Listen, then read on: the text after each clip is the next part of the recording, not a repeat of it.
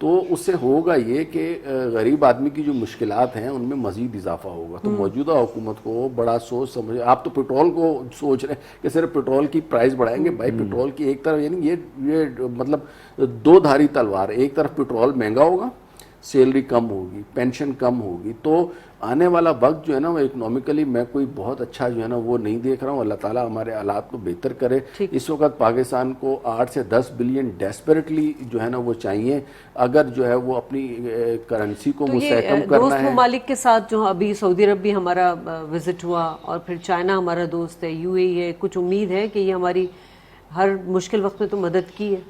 دیکھیں دوست ممالک سے امید تو ہم رکھ سکتے ہیں کہ, لیکن ابھی تک کنکریٹ جو ہے وہ صورتحال جب سامنے آئے گی تب کچھ کہا جا سکتا ہے.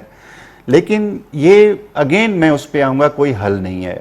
اگر آپ لوگوں کے اوپر برڈن ڈالتے جائیں گے, آپ نے جیسے لاکانی صاحب نے کہا کہ سب کو ٹائٹ ہونا پڑے گا, بیلٹ ٹائٹ کرنی پڑے گی, وہ بھی کی جائے. اگر یہ 30% جو ہے وہ ٹیکس آ جاتا ہے تو پھر کہاں جائیں گے لوگ جو ہے. تو اس لیے جو ہلکا اقتدار ہے نا ان کو دکھانا پڑے گا, ایک ماڈل بننا پڑے گا کہ ہم نے اپنی لائف کو اتنا سمپل کیا ہے. لیکن ہمارے ملک کے اندر جو ہلکا اقتدار ہے وہ دنیا کے ریچسٹ کنٹریز سے بھی زیادہ شو آف کرتے ہیں کہ ہم سب سے زیادہ ہے. آپ نے ماڈل بننا پڑے گا. اگر وہ ماڈل نہیں بنیں گے, پریکٹیکلی نہیں کریں گے, تو لوگ بھی ان کو فالو نہیں کریں گے. اور یہ اچھی بات کی, مجھے ایک واقعہ میرے ساتھ ہوا. مجھے ایک صاحب ملے, انہوں نے کہا یہ حالات ہیں اور اس طرح, تو کیوں نہ ہم جو ثاقب نثار صاحب تھے, ہم 10 روپے دیتے تھے فنڈ کے لیے, تو ہم 50 روپے بھی دینے کو تیار ہیں. حالانکہ وہ بہت بیچارے ایوریج ایک خاندان سے تعلق رکھتے تھے. تو انہوں نے کہا ہم کنٹریبیوٹ کرنے کو تیار ہیں, ملک کے خزانے میں پیسے دینے کو تیار ہیں. تو آپ نے کہا نا کہ صاحب اقتدار لوگ جو ہیں اگر وہ ایسا کریں اور ہر لیکن 22-23 کروڑ جو, ہاں اس کے آگے آپ یہ دیکھیں کہ شفاف طریقے سے پیسے کہاں استعمال ہوتے ہیں, اس فنڈ کا کیا استعمال ہوا, کہاں گیا, کیسے گیا. ایک آخری بات میں کہوں, اگر یہ پڑے ہوئے پاکستانی جو ہے نا باہر کے ملکوں میں پڑے ہوئے اور لاکرز میں پڑے ہوئے ڈالر بھی یہ باہر نکال دینا تو آپ یقین کریں 10 بلین ڈالر سے زیادہ ہو جائیں گے. صرف جو ہے نا وہ یہ ہے کہ اس کے لیے انٹینشن ہونی چاہیے. انٹینشن جو ہے وہ اگر جس کی بھی ہوگی انشاءاللہ نکل آئیں گے. دیر از اے ول, دیر از اے وے. ہمارے پاکستانیوں کے پاس پیسہ بہت ہے, ٹھیک ہے نا, لیکن مسئلہ یہ ہے کہ نکالیں گے کب, جب پولیٹیکل اسٹیبلٹی ہوگی, کسی کو کام کرنے دیا جائے گا. سب سے بڑا جو ایک وہ ہے نا آپ کا ایک اعتماد کا جو فقدان ہے, سب سے مین چیز شازیہ جو بات کرنا چاہ رہا ہوں نا, میں آپ کو بار بار اسی پہ ریپیٹ کرنا چاہ رہا ہوں, وہ یہ ہے کہ یہ ایسی چیز ہے جو نوجوانوں کو استعمال کرنی آ رہی ہے. آپ نے بتایا جیسے کہ بہت سارا اضافہ ہوا ہے ہماری آئی ٹی ایکسپورٹس کے اندر, لیکن ابھی بھی یوتھ کو اسی کے اندر ٹریننگ دی جائے, فری ایکسس دیا جائے. اس میں پورا ایک پروگرام کر چکے ہیں شاید صاحب. ہاں آپ نے کیا ہوگا, لیکن میں نے نہیں دیکھا تھا آپ کا پروگرام.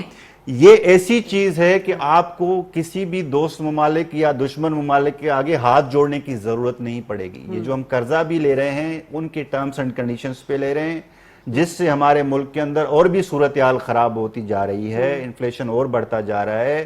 اگر اس سے ہم کرتے ہیں تو اس سے جو 8 سے 10 بلین ڈالر کر رہے ہیں, اس میں اتنا پوٹینشل ہے کہ آپ کی ہر سال آپ کی ٹوٹل جو ایکسپورٹس ہے اس سے 4 گنا زیادہ جو ہے آپ کی اس پہ صرف آئی ٹی کے اندر آپ کر سکتے ہیں. چلیں, بہت شکریہ اپنے تینوں مہمانوں کو, اور بڑی ہی زبردست بات کی اکمل صاحب نے کہ دیر از اے ول, دیر از اے وے.